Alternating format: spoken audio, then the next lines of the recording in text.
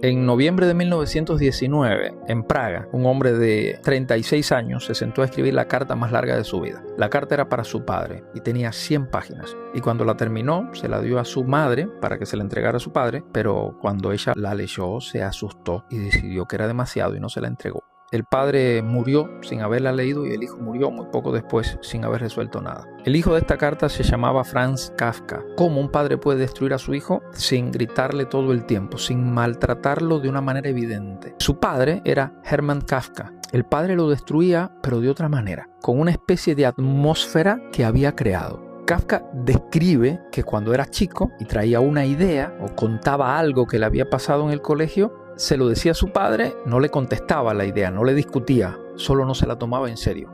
Se reía, cambiaba el tema, hacía un comentario despectivo, o cuando Franz, por ejemplo, hablaba en la mesa familiar, el padre lo interrumpía, pero no lo interrumpía sobre la idea, lo interrumpía sobre la forma. Le decía que se estaba sentando mal, que masticaba con la boca abierta, que ese tono no era el correcto, que esto no se decía así, hasta que Franz dejó de hablar en la mesa. Así que se sentaba en silencio, comía rápido y se iba. O cuando Franz traía a un amigo a la casa, el padre lo evaluaba con la mirada. Después, cuando el amigo se iba, decía algo sobre él, que Franz tenía que rodearse de gente mejor y más importante, bueno, hasta que Franz dejó de traer amigos a la casa. Y cuando Franz, por ejemplo, le mostraba algo que había escrito, el padre lo agarraba, lo miraba y lo dejaba ahí sobre la mesa y seguía con lo suyo, sin leerlo, sin comentar, hasta que Franz, obviamente, comenzó a dejar de mostrarle lo que escribía. Lo que Kafka entendía 30 y tantos años después era que ninguna de esas escenas por sí sola parecía grave. Si su padre lo hubiera golpeado, todos lo hubieran visto. Si lo hubiera insultado abiertamente, alguien hubiese podido protegerlo. Pero el padre no hacía nada de eso. El padre solo le mostraba 1000 veces al año durante toda su infancia que lo que él hacía, decía, pensaba o sentía